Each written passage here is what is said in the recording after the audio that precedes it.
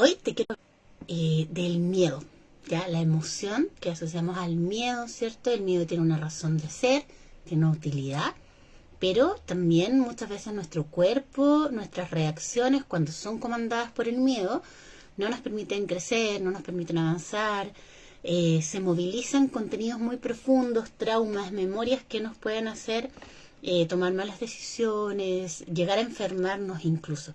¿Ya? El miedo es una emoción que tiene como objetivo protegernos, o sea, la precaución, más bien, que seamos precavidos.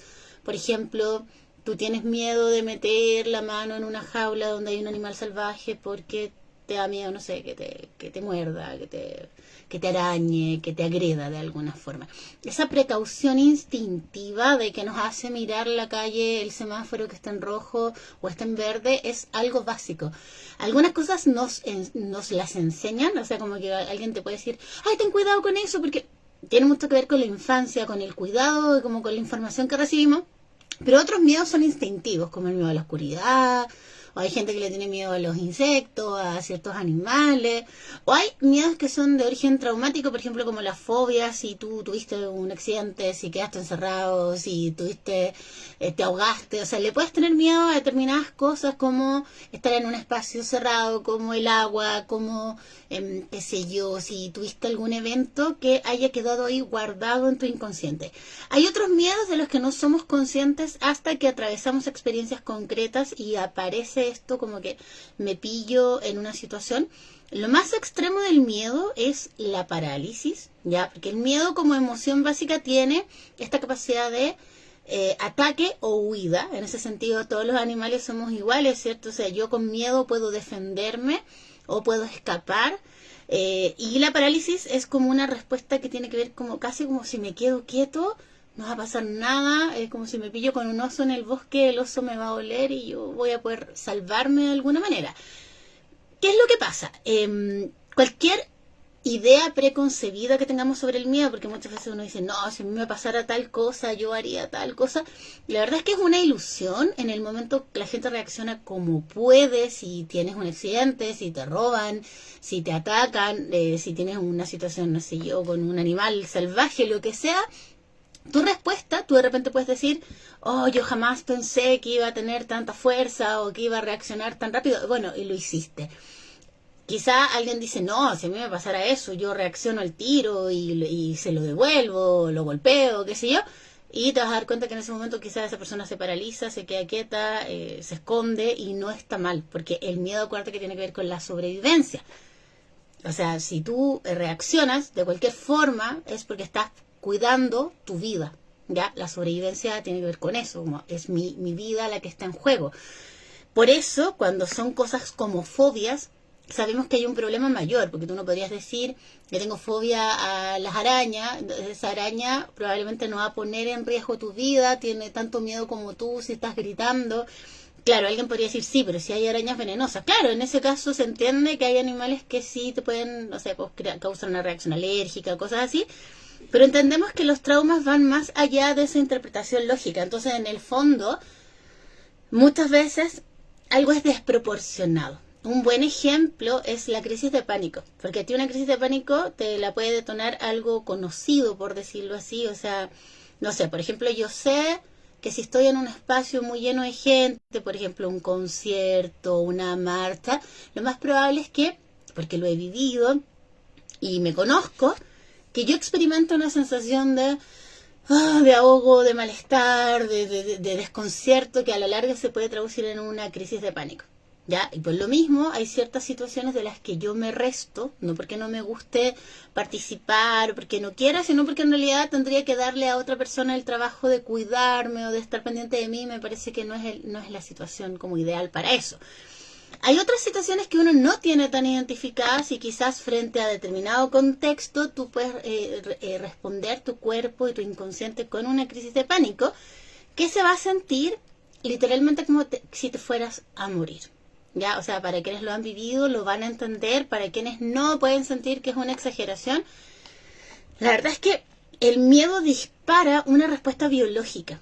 Ya el miedo tiene mucho que ver con las glándulas suprarrenales, con la información y el manejo hormonal que tienen estas glándulas respecto de la adrenalina, de la noradrenalina, del cortisol. Hay una respuesta biológica que hace que el cuerpo se prepare para la lucha o para la huida. Por eso el miedo tiene un efecto. Por ejemplo, tú puedes sentir que no puedes respirar, puedes sentir que te late el corazón más fuerte, las pupilas se dilatan, transpiras, te puedes hacer pipí. Las glándulas suprarrenales tienen que ver con la gestión de riñón, ¿cierto? Riñón y vejiga. O sea, pueden pasar muchas cosas, como por ejemplo el tema del control de esfínteres es muy habitual. Un niño puede tener tanto miedo que se puede hacer pipí, por ejemplo. Así de simple. Y no hay nada malo en eso, solo hay que observar qué le está pasando, por qué frente a una situación se siente tan amenazado que sus instintos básicos se disparan. Ya podemos tener una respuesta respiratoria, porque las glándulas suprarrenales mandan una señal a los bronquios y los bronquios se cierran. Es el principio básico detrás del asma, por ejemplo, pero el asma se explica más bien desde lo gestacional. O sea, tú tienes que revisar si durante tu gestación, por ejemplo, tú eres un paciente con asma, si durante tu gestación tu mamá vivió algún evento que le haya causado un miedo extremo. Ya, ahí está la clave, porque esa información viene de la madre al feto y del feto se desarrolla esta condición donde frente a determinadas situaciones se manda esta información hormonal o esta transmisión desde las glándulas suprarrenales al sistema respiratorio. Y eso produce ahogo, produce que se cierren los bronquios, que haya un malestar, que incluso se pueda poner en riesgo la vida de esa persona. Ahora, una cosa es el miedo, por decirlo así, real. O sea, por ejemplo, si pasa algo, si hay un terremoto, si hay una situación de riesgo, diríamos que es un miedo tangible, un miedo que podemos ver todos. Pero hay un montón de miedos que no son tangibles, que puede ser el miedo a lo paranormal, puede ser un miedo del pasado, puede ser una fobia, puede ser algo muy inconsciente de lo que tú no tienes claro qué es, pero sientes el miedo en el cuerpo. Entonces no podemos juzgar como que hay unos miedos más importantes que otros. Yo creo que hay miedos más objetivos y hay miedos muy subjetivos. Tu miedo puede ser quedarte sola, tu miedo puede ser no lograr un objetivo, no tener suficiente amor, no tener dinero. O sea, los miedos pueden ser muy, muy personales y alguien te va a decir, ay, pero ¿cómo te da miedo eso? Me pueden dar miedo las alturas, me puede dar miedo tirarme en paracaídas, me puede dar miedo los perros, los gatos. O sea, eso es muy personal y no siempre va a tener una explicación racional. Ya, porque es una respuesta biológica frente a algo que sentimos que nos pone en peligro. Ahora, ¿cuál es el problema? Que a veces nuestro sistema, nuestro cuerpo y nuestro inconsciente se acostumbra a vivir en el miedo y desde el miedo. Hay un gasto de energía muy grande cuando vivimos desde el miedo, porque las glándulas suprarrenales, que son las glándulas maestras del primer chakra, tienen que estar respondiendo todo el rato desde el miedo, desde la sobrevivencia, de dónde va a venir el próximo ataque, no me siento segura, no estoy a salvo, no tengo un territorio que me pertenezca, no me siento parte de nada, no me siento protegida. O sea, es una información que se dispara y que a veces también tiene un componente ancestral, porque acuérdate que, te acabo de decir, las glándulas suprarrenales son la glándula del primer chakra y el primer chakra es el que gestiona también la información de nuestra ancestralidad. En el pasado, muchos de nuestros ancestros sufrieron guerras, exilios, enfermedades, vivieron situaciones de riesgo y esa memoria también está en nuestro cuerpo, también está presente, tal vez no son eventos que tú hayas vivido. Entonces, está el componente ancestral. Está el componente gestacional, o sea, si hubo algún evento durante la gestación o el nacimiento. Y luego ya están todos los eventos correspondientes a la primera infancia, de los 0 a los 7 años. Y sobre todo de los 0 a los 2, que es antes del desarrollo del lenguaje. Que pueden estar ahí experiencias muy, como que la mente todavía no las hizo conscientes, pero las guardó. Entonces, cuando tu cuerpo, tu inconsciente siente que tú vuelves a pasar por un evento similar, hay un olor, un tono de voz, un ambiente, un entorno, o algo te recuerda eso, tú puedes caer rápidamente en esta respuesta desde el miedo, que puede ir desde el miedo como ¡qué susto! Hasta, decíamos, una crisis de pánico que, por ejemplo, yo tengo muchas amigas que les ha pasado conduciendo. Tuve una crisis de pánico mientras estaba conduciendo, que es terrible, o sea, tener que orillarte, si es que alcanzas a reaccionar, podrías haber tenido un accidente más grande, o sea, se entiende que son situaciones que te ponen en riesgo. Ahora, ¿cómo trabajamos esto? Ya, porque en el fondo no es que no tenga arreglo, se puede trabajar de distintas formas, podemos trabajar, por ejemplo, a través de sanación, a través de biodecodificación, a través de terapia floral, a través de ejercicios, meditación, enraizamiento, o sea, podemos hacer muchas cosas porque el miedo tiene que estar presente, pero en la justa medida. Si yo no tengo miedo, por ejemplo, le pasa mucho a los niños que son muy temerarios, ya que me subo al techo, me tiro, no sé, me quiebro un brazo, conduzco cuando soy grande a alta velocidad. Eso también es un problema. Hay una desconexión ahí entre el tallo cerebral y la corteza frontal. Hay algo ahí que está como un cortocircuito donde ese niño o ese adulto, que en algún momento fue niño, no está conectando sus acciones con su sobrevivencia. Y eso también en los dos extremos, ya sea la parálisis del niño que no se atreve a hacer nada por miedo, pero también el que no dimensiona los peligros. En los dos casos hay un problema, por exceso o por carencia. Entonces, la forma más básica de trabajar esto es decir, bueno, primero identificarlo, ¿no? Me está pasando esto. Me pasó el otro día, me ha pasado varias veces, me pasó cuando chica, me pasó en la adolescencia, me pasó... es como un poco ir indagando. Si me pasó, por ejemplo, hace poco, quizás la información está más fresca y puedo prevenir eventos que en el fondo me vayan a poner en riesgo nuevamente. Puede ser que haya un evento concreto que detonó ese miedo, por ejemplo, lo que decíamos, una catástrofe natural, un choque, un asalto, una pelea, una situación de violencia. Es natural que tú tengas miedo, porque tú te puedes querer hacer la chora y decir, no, si eso no me asusta, si yo lo enfrento, pero tu cuerpo está así, tu sistema está así. A mí me pasó una vez que yo iba en una micro, de haber tenido como unos 20 años, y yo soy re buena para quedarme dormida en todas partes, como que si no he dormido lo suficiente me puedo quedar dormida para...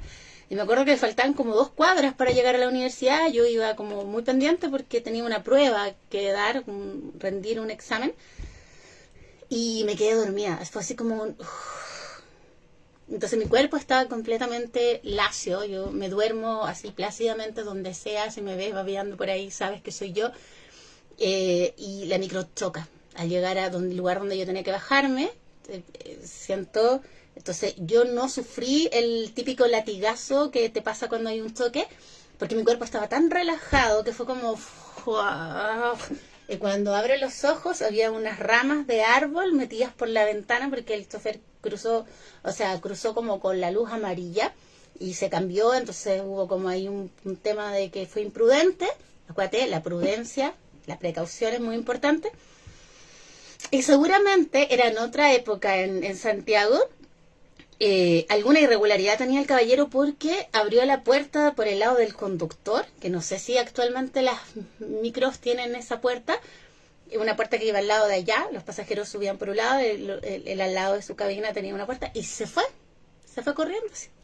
Escapando, dejó la micro botada, los pasajeros heridos, gente en el suelo, y yo estaba muy adelante, pero no sentí nada. Entonces ayudé a la gente que pude, entre medio la gente la fuimos recostando como en una especie de estacionamiento que había ahí en la esquina. Y entre medio llegó la gente de la televisión, me acuerdo que había como un móvil de un matinal, de un programa matutino. Y yo dije, bueno, me voy a mi prueba. Así como, yo le digo a la profe, disculpe, me demoré un poquito, es que la micro en la que venía tocó. Y mi profe me dice, ¿pero qué haces acá? No, pero yo tengo que dar la prueba, solo llegué 10 minutos tarde, perdón. Y me dice, no, si el problema no es el tiempo, el problema es que no puedes dar una prueba en estas condiciones, tienen que revisarte, tú no puedes ser tan como inconsciente con tu cuerpo y con lo que te pasó, porque fue grave, ¿cachai? Salió de la tele y todo, bueno. Me mandó al médico. Entonces ahí en la facultad había un pequeño centro médico, una enfermería, entonces yo fui, ya me revisaron el cuello, me dieron, no sé, un antiinflamatorio, un relajante muscular, me tomaron la presión y efectivamente mi cuerpo estaba muy alterado, pero como que la mente se disocia del cuerpo. Ese es un mecanismo de defensa muy clásico que uno dice, no, si estoy bien, porque lo estás diciendo desde la mente. Tu cuerpo puede estar completamente alterado, completamente fuera de sí. Hay situaciones que nos ponen en riesgo, por ejemplo, inconscientemente. Tú puedes sentir miedo, por ejemplo, de estar solo, porque en algún momento esa soledad te dejó en una situación de vulnerabilidad. Tú puedes sentir miedo al abandono, puedes sentir miedo a, qué sé yo, a cuando una persona levanta la voz, te puede traer un recuerdo que no tenías muy presente, pero que está ahí. ¿Te fijas? Entonces es como una emoción que hay que cursar. Todas las emociones que experimentamos son necesarias. Creo que la culpa sería la única emoción que no es necesaria por una razón simple, y es que la culpa tiene un contexto como más desde lo religioso, como el pecado y todo eso, pero no tiene una razón biológica. El miedo sí. El miedo tiene que ayudarnos a sobrevivir. Es la emoción más básica de todas las emociones que experimentamos. Yo no puedo experimentar placer si estoy en el miedo. No puedo experimentar expandirme, alegría si estoy en el miedo. Ahora, vamos a hablar del miedo como vibración. ¿Ya? ¿Por qué? Porque la vibración del miedo es una vibración muy baja. Porque estoy angustiadísima, sobreviviendo, pensando de dónde va a venir el próximo ataque, qué me está poniendo en riesgo. O sea, es como estar en una situación así extrema, que puede ser real, como decíamos, o sea, realmente hay una situación atroz, como un apocalipsis zombie, o una situación más bien subjetiva que para ti también es real. Ya, no digamos que para la persona que lo está padeciendo no es real, porque lo es. Y entonces esa vibración es muy baja y no nos permite abrirnos, expandirnos, ser creativos, conectar con nuestra fe, con la divinidad, con lo que sea que tú creas que te puede ayudar en esos momentos. Acuérdate que hay una conexión básica en el cuerpo, que es la conexión entre el primer y el séptimo chakra, que constituye el dipolo 1-7, donde todo lo que vivimos en términos terrenales tiene una conexión con lo espiritual, y todo lo espiritual tiene una conexión con lo terrenal, pero cuando vivimos situaciones extremas de miedo, esta conexión se rompe o se interrumpe.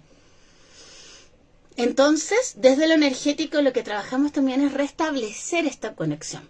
Ahora, por ejemplo, puede ser que este miedo haya estado sostenido mucho rato en el tiempo, o haya sido un evento que pasó hace mucho y que quedó ahí, pero tuvo consecuencias, pero tú no las estás viendo. Los problemas de miedo, para que te hagas una idea, no, más que los problemas relacionados con el miedo, tienen que ver, siempre dijimos, con riñón, vejiga, cosas que pueden ir desde un problema renal, pueden ir desde una pielonefritis, pueden ir desde una infección urinaria, pueden ir un problema de vejiga.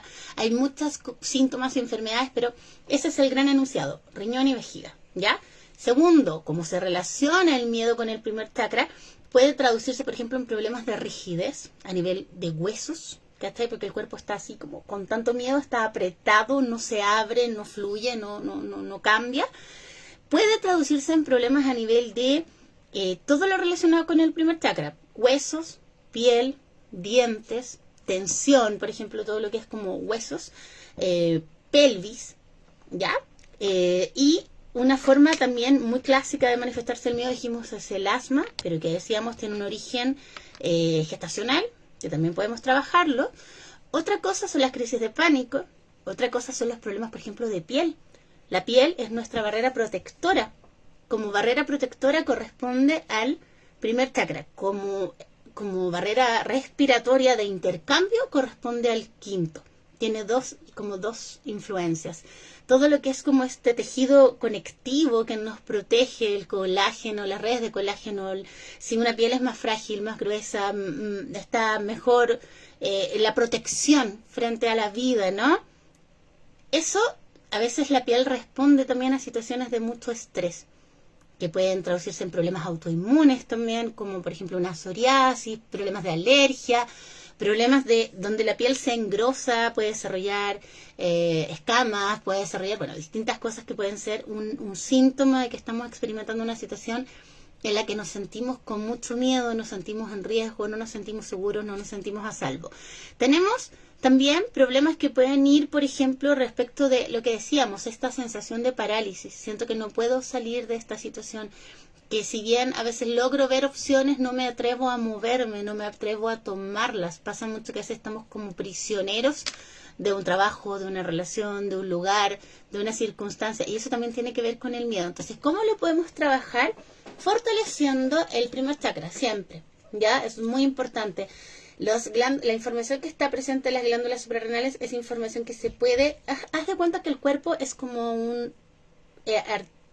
archivo, como un computador, donde tú pones y sacas información. Ese es el trabajo que hacemos en sanación, es como hackear un poco el cuerpo y Tú retiras esa información, la puedes retirar de las suprarrenales, la puedes retirar del tallo cerebral, la puedes retirar de las vértebras cervicales, puedes trabajar con las zonas donde hay mayor concentración de información relacionada con esta emoción y poner, porque tú sacas este archivo que está corrupto y pones una información nueva que tiene que ver con la seguridad, con la raíz, con la pertenencia, y entonces la mente racional te dice, no, pero yo no tengo nada de eso, pero al cuerpo no le importa lo que piensa la mente, el cuerpo necesita recibir esa información, ya sea como energía, como una programación nueva, pero también le podemos comunicar al cuerpo a través de sonidos, de olores, de símbolos, de piedras, de geometría sagrada, o sea, acuérdate que el cuerpo no habla un lenguaje verbal, como el que estamos hablando nosotros en este momento, sino que habla un lenguaje simbólico. Entonces tú, por ejemplo, para armonizar el primer chakra, trabajamos con la nota Do, que es la nota más grave, la que hace tierra, la que nos da conexión a tierra. Podemos trabajar, por ejemplo, con el color rojo, podemos trabajar con ciertas figuras geométricas que nos dan como esta sensación de seguridad. Podemos trabajar con piedras, podemos trabajar con olores, podemos trabajar con ejercicios de enraizamiento, con visualización. Podemos trabajar de distintas maneras. Hay algunas cosas que podemos hacer como autodidacta. Creo que hace unas semanas les compartí una meditación para trabajar el miedo, que está muy presente y que tiene que ver también con la zona de confort. La voy a dejar ahí como referencia para que la revisen. ¿Y qué otra cosa tenemos? Tenemos también ya la posibilidad de trabajar más atrás. Si hay miedos gestacionales, si hay miedos ancestrales, si hay un tema ahí que tiene que ver con el árbol genealógico, lo podemos trabajar de distintas formas, en sanación. Si hay algún síntoma de enfermedad, trabajamos con biodecodificación. Si es necesario trabajar con el sistema familiar, trabajamos con sanación ancestral. Si es necesario trabajar quizá algún patrón, alguna lealtad, podemos trabajar con constelaciones familiares. Tenemos muchas herramientas. A mí en lo personal me parece súper útil trabajar con terapia floral. ¿Por qué? Porque la terapia floral es algo que tenemos a la mano. Ya, o sea, tú preparas una fórmula, el paciente lo tiene y lo va administrando en la medida que se comprometa con su tratamiento y vamos viendo que hay una respuesta positiva a esos mismos estímulos que antes me paralizaban o hacían que yo detonara una respuesta en automático. Ahora puedo enfrentarlos de una manera más lúcida, más consciente, más presente en mi cuerpo sin tener que disociarme o sin tener que desconectarme. Hay muchas esencias que trabajan el miedo, muchas esencias que están enfocadas en la sobrevivencia, muchas esencias que trabajan la raíz, que trabajan esta conexión con lo ancestral, con la sabiduría, con mi territorio, ¿cierto? Y va a depender mucho de cómo se esté manifestando el miedo, si se está manifestando como un síntoma físico, como enfermedad, si se está manifestando como una incapacidad de asumir riesgos. O sea, está bien ser precavido, pero otra cosa es ya no asumir ningún tipo de desafío porque me da miedo perder esta precaria seguridad que he conseguido. Puede ser que el miedo se esté manifestando como un bloqueo a nivel creativo, se esté manifestando como rigidez corporal, se esté manifestando como quizás momentos en los que me siento muy desbordada y no sé cómo responder. Se puede manifestar de muchas maneras, pero lo importante acá es darte cuenta que el miedo te está comunicando algo que muchas veces no tiene que ver con el presente, tiene que ver con nuestra historia, solo que en este momento quizá tenemos más herramientas desde la conciencia para gestionar esa emoción y que no nos paralice o que no nos haga responder en automático. No es que tú digas, no, pero mi miedo no tiene sentido. No, la racionalización, la sanación no tiene que ver con racionalizar. La sanación tiene que ver con llevar a la conciencia una información que quedó atrapada en el cuerpo, en lo simbólico, porque en ese momento, la gestación, la infancia, el nacimiento, en momentos de crisis, no teníamos herramientas para llevarlo a la conciencia. No es racionalizar, porque racionalizar es hacer pasar este evento por un filtro, que es un filtro que es como en blanco y negro, no tiene mayor profundidad ni matices. En sanación trabajamos desde la conciencia que nos permite como resignificar esa experiencia, integrarla y que ya no tenga que manifestarse como síntoma, como enfermedad o como una emoción que nos desborda. En la medida que podemos trabajar el miedo y transformarlo en seguridad, en sentirme genuinamente que estoy segura y a salvo, que sigo siendo prevenida, teniendo precauciones, sigo mirando a los dos lados de la calle antes de cruzar, porque muchas veces aunque la luz esté verde, hay alguien que se va a saltar el semáforo igual. Quizás yo ya tengo asumido que tengo ciertas fobias o que hay ciertas cosas que me detonan una crisis y tengo que ser cuidadosa con eso, tengo que ser responsable con eso. Sin embargo, ¿cuál es la ventaja de trabajar esto? Es que me permite seguir ascendiendo a través de mis distintos territorios de conciencia. Si yo me quedo anclada en el miedo, me quedo anclada en el primer chakra. que es vivir como un animalito, sobreviviendo, viendo qué voy a comer mañana, si llueve, si otro animal me va a atacar. No hay creatividad, no hay identidad, no hay servicio, no hay creación. O sea, te fijas que todo lo que es propiamente humano quedamos como en una fase como involutiva. Y yo creo que también pasa mucho a nivel social, que siento que los mismos sistemas políticos y económicos nos anclan al miedo, nos dan esa sensación de inseguridad a través de los medios de comunicación, a través de distintos bombardeos de informaciones, que hacen que estemos como siempre, como protegiéndonos, como no seamos abiertos, solidarios, creativos, no profundicemos, porque nuestra conciencia está atrincherada en el primer chakra, en el primer territorio de conciencia. Entonces, ojo ahí, porque también de repente estamos consumiendo esta información. Yo hace mucho tiempo, por ejemplo, que no veo televisión, que no veo noticiario, que trato de no consumir. No es que yo no quiera conectar con la realidad, pero no quiero que la realidad me la esté mostrando a alguien que quiere mover masas desde el miedo, que quiere generar una sensación de inseguridad en un país para que después vayas a votar por cuál personaje, o no quiero... no es que a mí no me importe lo que está pasando. Seguramente en algún lugar del mundo hay guerra, en algún lugar del mundo hay pobreza, en algún lugar del mundo alguien le robó a alguien. O sea, eso pasa todos los días. Que yo no vea los datos estadísticos no significa que no sepa qué está pasando. Pero hay situaciones que son más cotidianas. Situaciones que yo he visto, no sé, amigas que para ir a una entrevista de trabajo se paralizan. O sea, me ha tocado acompañar, estoy hablando de una época antigua, ahora todo se hace online, pero oye, acompáñame a dejar un currículum, acompáñame a la entrevista, oye, tengo que rendir un examen. Y uno puede estar ahí una vez, 2 veces y apañar en lo que sea, pero hay un problema de fondo que hay que enfrentar. Ya, de repente ese problema de fondo es tu primer día de clases, de repente ese problema de fondo es postular un trabajo, de repente ese problema puede estar siendo una relación, puede estar siendo enfrentar una situación familiar. Lo importante es que puedas revisar qué situación, persona, evento te está gatillando ese miedo, ya sea si ese miedo se muestra como emoción, como síntoma, como enfermedad, como creencia limitante, como parálisis, como zona de confort, que tú hagas el ejercicio de observar y mirar. Te voy a dejar también la meditación, la información de la meditación para trabajar con el miedo, para que chequees tu cuerpo. Porque puede que a nivel racional, consciente, tú no te des cuenta de nada de lo que yo te estoy diciendo. Me vas a decir, no, yo estoy súper bien. Pero resulta que el cuerpo tiene información que a veces nosotros no vemos, no escuchamos, no traducimos, no interpretamos. Entonces, de esa forma, hay una evaluación mucho más honesta que no va a pasar por mi criterio ni por el tuyo, sino que va a pasar por esa información que emerge desde el subconsciente y que tú vas a poder revisar y darle algún tipo de significado.